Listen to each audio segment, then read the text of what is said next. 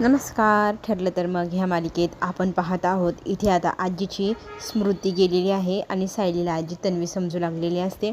आता डॉक्टर जेव्हा या सगळ्या गोष्टींशी आजीसोबत चर्चा करतात तेव्हा आजीच्या बोलण्यातनं डॉक्टरांच्या लक्षात येतं की आजीला फक्त आता तन्वी ह्या व्यक्तीची इतकी आस लागली आहे की आजी कुणाचं काही ऐकायलाच तयार नाही आहे. तर त्याच्यावरती पर्याय त्यांनी काय करावा म्हणून आता विचारात पडलेले असतात. तर एक इंजेक्शन देऊन आजीला आता डॉक्टर झोपायला आराम करायला सांगतात आणि सगळ्या व्यक्तींना बाहेर घेऊन मग ह्या विषयावरती डॉक्टर बोलू लागतात. तर डॉक्टर सांगू लागतात नक्की म्हणजे मी येण्या अगोदर काही घटना घडली होती का, ज्या गोष्टीचा त्यांना इतका मोठा धसका बसला आहे आणि त्यांची मेमरी लॉस झाल्यासारखं झाले किंवा त्या व्यक्तीवरच त्यांचा काटा अटकला आहे. तर नक्की काय काय झालं होतं या सगळ्या गोष्टी आता डॉक्टर विचारू लागतात. तर आता इथे तन्वी कोण आहे डॉक्टरांनी विचारल्यानंतर तन्वी हरवलेली नात. आता ती कितीतरी वर्षांनी जेव्हा वापस आली तर तिचं नातीचं लग्न करून तिला घरात आणलं. सगळा घटनाक्रम व्यवस्थित तिथे अर्जुन सायली डॉक्टरांना सांगतात आणि ती मुलगी फ्रॉड निघाली. आता तिला आम्ही जेलमध्ये स्वाधीन केले आणि टाकलं आहे जेलमध्ये. तर आता डॉक्टरांच्या लक्षात येतं इतकं मोठं काय काय घडलं आहे ना. ह्या सगळ्या गोष्टींमुळेच आजीच्या मनावर खूप मोठा आघात झाला आहे आणि त्याचा परिणाम म्हणून आपल्याला आता हे सगळं दिसते. तर त्यांचं ह्या क्षणाला आपण फक्त होला हो, त्या ज्या गोष्टीला हा म्हणतील त्या गोष्टीला हा म्हणणं, याच्या पलीकडे आपल्याकडे औषध नाही. त्यांना भानावर आणण्याचा प्रयत्न केला तर त्यांचा जीवही जाऊ शकतो. तर त्याच्यासाठी आता आपल्याला एकच गोष्ट करणं भाग आहे. सायलीला तन्वी म्हणून वावरावं लागेल आजीसमोर. त्याच्यासाठी आता तुम्ही तयार व्हा असं डॉक्टर सांगतात आणि त्याच्यावर थोडे दिवस तरी हाच पर्याय, तेच औषध असं समजावून सांगितल्यानंतर सगळेजण विचारात पडतात. आता आजीची जाग येण्याची सगळेजण वाट पाहतात. आता आजी झोपेतून जागी झाल्यावरती ती पुन्हा पहिल्यासारखंच करेल का, तिला काय आठवेल का, काय बदल घडेल का, सगळ्यांना प्रश्न पडलेला आहे. पण आता सगळेजण आजीची वाट पाहत असतात उठण्याची. आजी उठते. आजी इतकी आनंदी, इतकी फ्रेश दिसत असते आणि आनंदाने आजी सगळ्यांच्या चेहऱ्याकडे पाहू लागते. सगळेजण तर काळजीत दिसत आहे. तर आजी प्रश्न विचारू लागते की तुम्ही सगळेजण इतकी काळजीत का आहात, मला काही झालं आहे का. तरी ते सगळे म्हणतात नाही हो, तुम्हाला ग्लानी आल्यासारखं झालं होतं ना, म्हणून सगळ्यांना काळजी वाटत होती. तर आजी म्हणते अरे आता तर मी म्हातारीच तर झाले आहे ना, मला कधी ना कधी काहीतरी होणारच आहे. तुम्ही फारच माझं टेन्शन घेता. बघा मी एकदम तंदुरुस्त, फिट अँड फाईन आहे, मला काही झालेलं नाही. आणि सायली लगेच म्हणू लागते की थांबा पूर्ण आजी, मी तुमच्यासाठी ना काहीतरी घेऊन येते बनवून. तर आजी लगेच म्हणते तन्वी अगं मला आवजाव काय घालते, तू का माझी थट्टा करतेस का, मला अगं तुगंच कर, तू अगं तुगं केलं काच मला आवडतं माहिती आहे ना.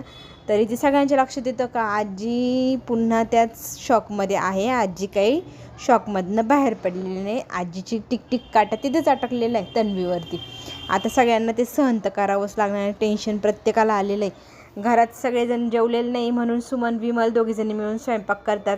सगळ्यांच्या पोटात कणभर तरी अन्न गेलं तर सगळ्यांना तरतरी येईल, सगळ्यांचं टेन्शन जाईल आणि मग सगळेजण जेवायला आलेले असतात.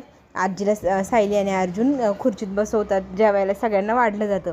आता इथे आजी हट्ट करू लागते की सगळेजण एकत्र सोबतच जेवूया, तन्वी तू पण इथेच बस.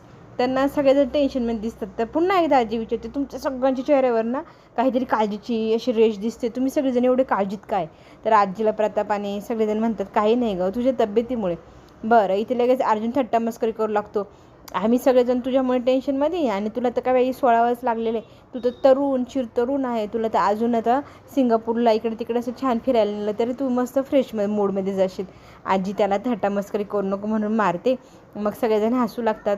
सायली स्वतःच्या हाताने आता आजीला भरवू लागते. आजी पण आपल्या नातीला आनंदाने प्रेमाने भरवू लागते.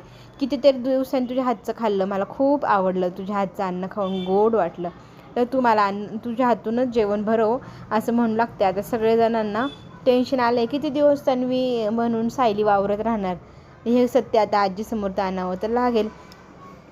आता इथे आपल्याला पाहायला मिळेल की प्रिया जेलमध्ये. तर जेलमध्ये ती फार टेन्शनमध्ये असतं. कोणाला तरी भेटायला नातेवाईक आले हे ऐकल्यानंतर तिला तर क्षणभर असं वाटतं मलाच भेटेल माझा नवरा आला की काय.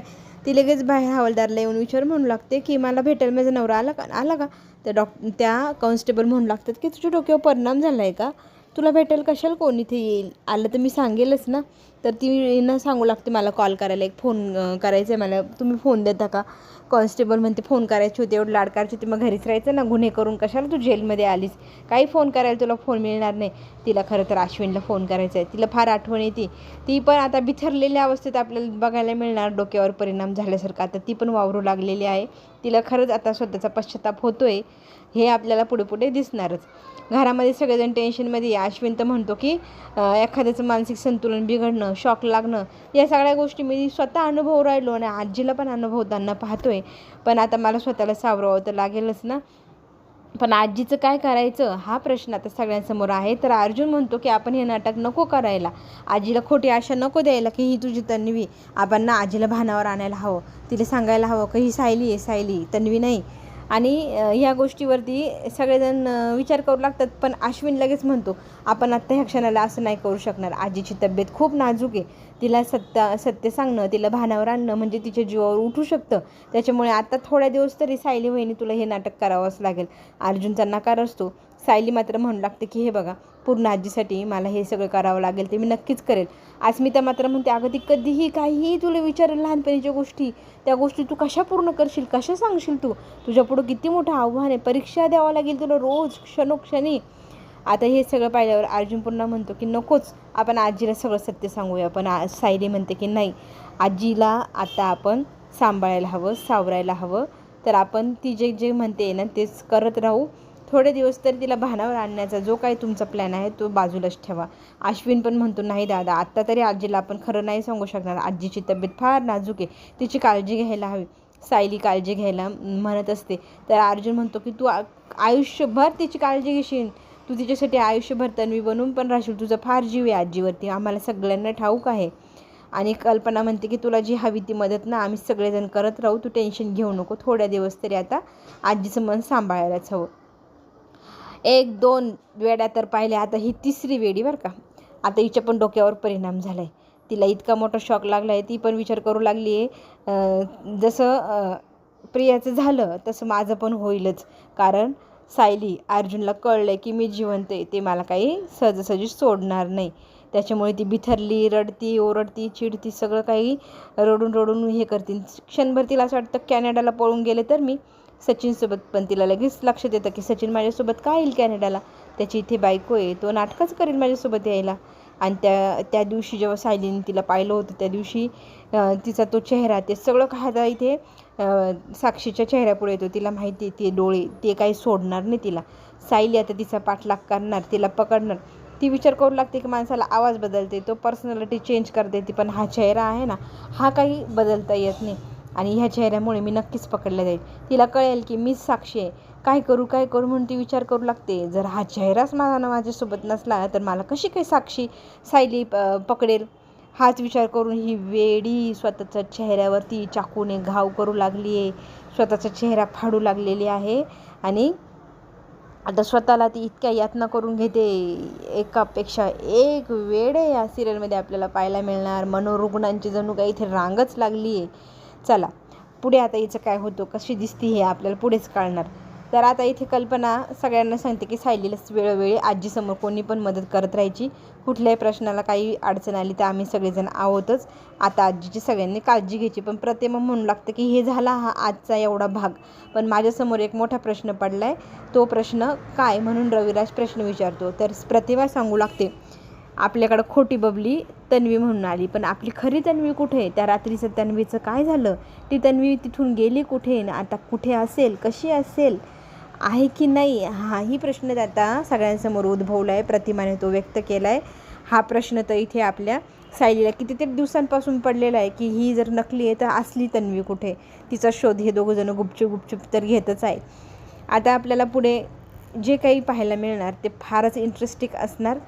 खरं तर नव्याने सिरियलचे आपल्याला असं वाटत होतं की संपत आले, पण आता नव्याने नवीन आव्हानं आणि नवीन प्रकारे आपल्याला सगळं काही पाहायला मिळणार. आजीच्या ह्या सगळ्या मेमरी लॉसमुळे सायलीची पण आता मेमरी परत येऊ शकते का, सायलीला जुन्या छोट्या छोट्या गोष्टी आजीसोबत राहताना, वावरताना, बोलताना परत परत आठवू लागतील. तिला होणारा त्रास, तिला लहानपणीच्या गोष्टी त्रास देत होत्या, त्या सगळ्या गोष्टींच्या प्रश्नांची उत्तर आजीच्या निमित्ताने सायलीसमोर पूर्ण होणार का?